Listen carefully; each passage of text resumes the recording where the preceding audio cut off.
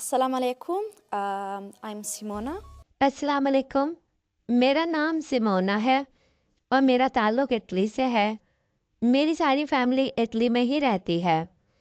میں اٹلی سے یہاں لندن میں 2014 میں منتقل ہوئی اور میں نے 2018 میں اسلام قبول کیا.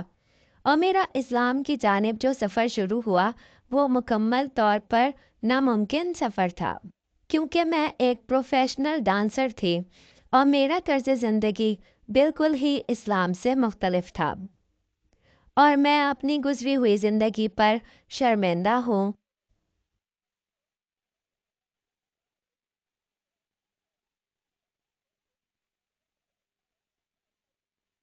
اسی لیے جب مجھے اپنا ماضی یاد آتا ہے تو میں رونے لگ جاتی ہوں. میرا اللہ مجھے معاف کرے. اور اب میں اپنی موجودہ زندگی میں بہت ہی پرسکون محسوس کرتی ہوں. تو میری اسلام قبول کرنے کی کہانی اس وقت شروع ہوئی جب میں یہاں لندن شفٹ ہوئی، اور یہاں لندن آ کر میری سارا سے دوستی ہوئی جو کہ ایک مسلمان لڑکی تھی. وہاں اٹلی میں میرے ارد گرد بہت زیادہ مسلمان نہیں تھے اور نہ ہی میری کسی مسلمان سے ڈائریکٹ واقفیت تھی. مگر یہاں لندن میں بہت سارے مختلف مذاہب اور کلچر کے لوگ رہتے ہیں. یہاں آ کر مجھے بہت سارے مختلف مذاہب اور کلچرز کے متعلق پتہ چلا. یہاں آ کر بہت سارے مسلم لوگوں سے مل کر مجھے اسلام کے متعلق آگہی ہوئی. خاص طور پر سارا سے مجھے بہت کچھ علم حاصل ہوا. میرے دل میں دن بدن تجسس بڑھتا رہا اور اسی تجسس کی وجہ سے میں اسلام کے متعلق مزید اور مزید معلومات جمع کرتی رہی. میں نے یوٹیوب پر بہت ساری ویڈیوز دیکھیں اور میں روزانہ کوئی نہ کوئی کتاب پڑھتی اور ہر مہینے کوئی نئی کتاب شروع کرتی. میں جتنا اسلام کا مطالعہ کرتی میرا دل کرتا کہ میں اور پڑھوں اور پڑھوں اور پڑھوں. اور جب میں نے یہ کتاب پڑھی، اگرچہ یہ ایک چھوٹی سی کتاب ہے مگر اس میں قرآن سے متعلق بہت ہی کمال کی حقیقتیں ہیں. اور یہ کہنا غلط نہ ہوگا، اسی کتاب نے مجھے فائنل فیصلہ کرنے میں مدد کی کہ مجھے اسلام قبول کر لینا چاہیے. جب میں نے اس کتاب کو پڑھا تو میری حیرت کی انتہا نہیں تھی کہ کیسے قرآن نے لگ بھگ 1500 سال پہلے سائنس کی وہ باتیں بتا دی تھیں جو کہ ابھی چند سال پہلے سائنس نے تحقیق سے ثابت کی ہے. اگر قرآن پاک اللہ کی کتاب نہیں ہے اور یہ کسی انسان نے گھڑی ہے تو کیسے ممکن ہے کہ کوئی انسان یہ ساری باتیں 1500 سال پہلے سے جانتا تھا؟ اس کتاب کو پڑھنے کے بعد جب مجھ پر اسلام کی حقیقت کھلی تو اپنی گزشتہ زندگی پر بہت شرمندہ تھی اور مجھے بہت افسوس تھا کہ میں نے اپنی آج تک کی زندگی بغیر اسلام کے گزار دی تھی. اس کے ساتھ ہی میں نے نماز پڑھنا شروع کر دی تھی. اگرچہ میں نے اسلام قبول نہیں کیا تھا مگر میں اکثر فجر، عصر اور عشاء کی نمازیں پڑھتی تھی. میں نماز کی ایک ویڈیو پلے کر لیتی اور جائے نماز بچھا کر اس ویڈیو کو کاپی کرتی رہتی. اور یقین مانیے نمازوں کی وجہ سے میری زندگی بہت ہی پرسکون ہو گئی تھی. تو اس کے بعد ہوا یہ کہ ایک دن ہم باہر گئے.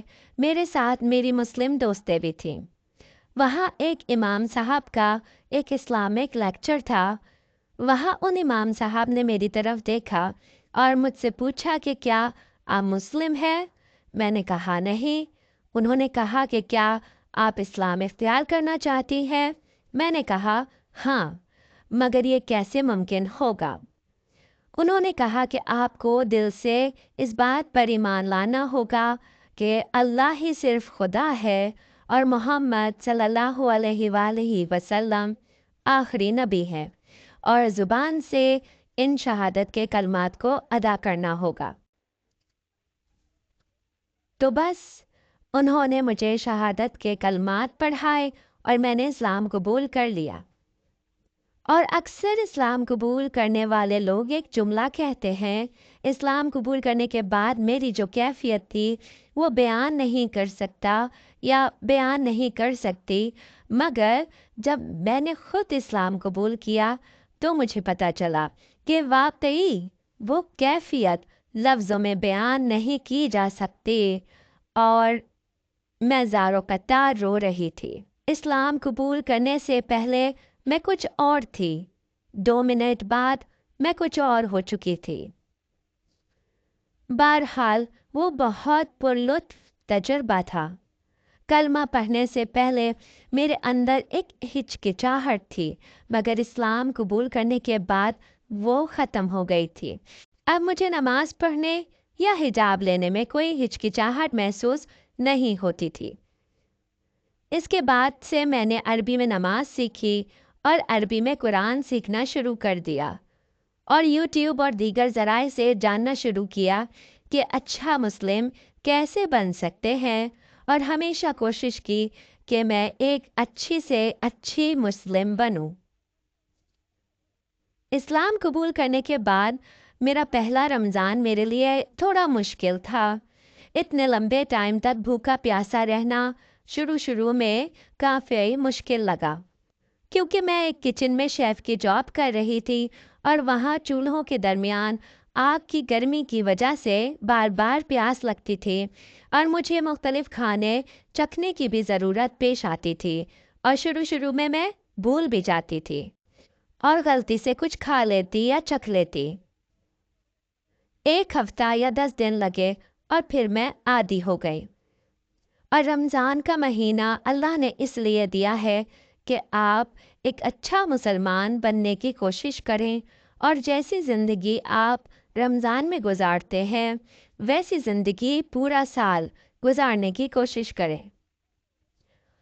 ہاں، اسلام قبول کرنے کے بعد اپنے والدین اور دیگر فیملی ممبرز کو سمجھانا مشکل تھا، اور ابھی بھی مشکل ہے، کیونکہ ہر شخص آپ کے اینگل سے چیزوں کو نہیں دیکھتا اور آپ کی طرح نہیں سوچتا، مگر میں سمجھتی ہوں کہ میں لوگوں کو جواب دہ نہیں ہوں، اور قیامت والے دن مجھے اللہ کے سامنے کھڑا ہونا ہے، اور میں اللہ کو جواب دہ ہوں۔